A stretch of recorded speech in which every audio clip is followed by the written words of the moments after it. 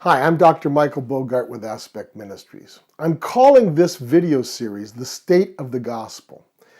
In it, I will be reporting on how the gospel and the Christian faith are doing in different parts of the world. So let's get started. In this first video, I'm going to try to give you the big picture of how the good news about Jesus and the spread of Christian faith are progressing on a global basis. In the series, I'll focus on a number of groups and areas of the world. And for example, in the next video, I'll look at how Christianity began and how the gospel has spread around the world over the past 2,000 years.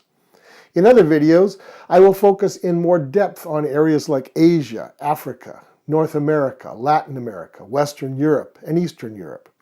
And I'll also show the state of the gospel in areas of the world with a Muslim majority and explore how it's doing with the millennial generation. But first, let's be clear about what I mean by the terms gospel and Christianity. The gospel is the good news that God is eager to embrace anyone who wants to find him. People are not naturally close to God, and I think most honest people will admit that. But Jesus opened the way for us to be restored to relationship with God, our Creator. And when we put our trust and faith in Jesus, all our darkness and futility and shame and wrongdoing are just washed away. And God becomes our Father when we entrust ourselves to Jesus. And that's the good news, the gospel in its simplest form. Now, Christianity is the movement of people who have embraced the good news, who spread the gospel, and who live out that good news in their lives. Wherever they exist, Christians form churches and other informal groups for mutual support, for coordinated ministry among themselves, and for outreach to others with the good news. Okay, so much for definitions. Let's look at the big picture of how the gospel is doing worldwide at the end of the second decade of the 21st century. Here's a very quick and, I admit, an oversimplified report. In general, Christianity is increasing its influence in the following regions. The gospel is spreading rapidly in many parts of Asia, such as the Philippines, South Korea, and China.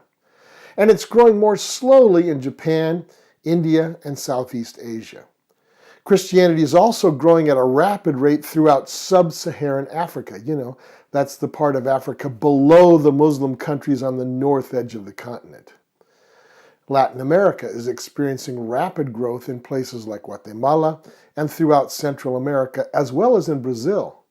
And other Latin American countries and Caribbean regions are seeing slower but still very significant growth, especially of evangelical Christianity, and Mexico is a great example of that. Eastern Europe has seen steady expansion of Christianity all through the later decades of the 20th century and into the 21st century. Something most people don't understand is that the good news is beginning to have significant impact in certain parts of the Muslim world. I can't go into a lot of detail about this for a number of reasons, but I will discuss this trend a bit more in a future video. Well, now for the downside. Overall, the gospel is either in decline or it has plateaued in Western Europe, as well as in Australia and New Zealand. These regions have seen a steady decline in Christian influence really since the end of World War II. And beginning in the 1960s, the United States and Canada both experienced a leveling off in Christian influence, and then Christian faith began a slow decline in the 1980s until today. For example, in the United States, between 2007 and 2014, those who self-identified as Christians decreased by 7% of the overall population. Here's a map showing the global distribution of Christians in the year 2000. Now this map shows darkest blue where there are more people who self-identify as Christians, and then it decreases down in the shades of blue to the lighter blues and down to gray, showing less and less influence. I love this map because it gives a visual idea of where the gospel is at least known, and the area of least gospel influence is often called the 1040 window. That's the gray area. It runs across the top of Africa through the Middle East and Central Asia. That's the area of Muslim influence. I like the map because it really gives a clear idea of how things stand. What should we make of all this? Well, here's what is obvious to me. I think that in the 21st century, Christians have two huge challenges.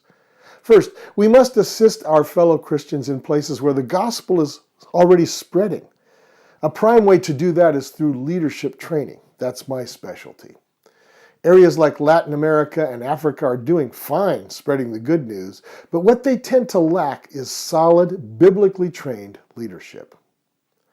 Then second, we've got to make a vast improvement in how we communicate the good news in places where it's in decline.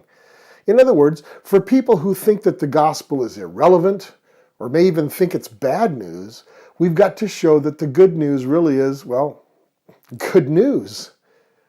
I think that there are two primary groups where the gospel is in decline that we must make a greater effort to reach with the good news.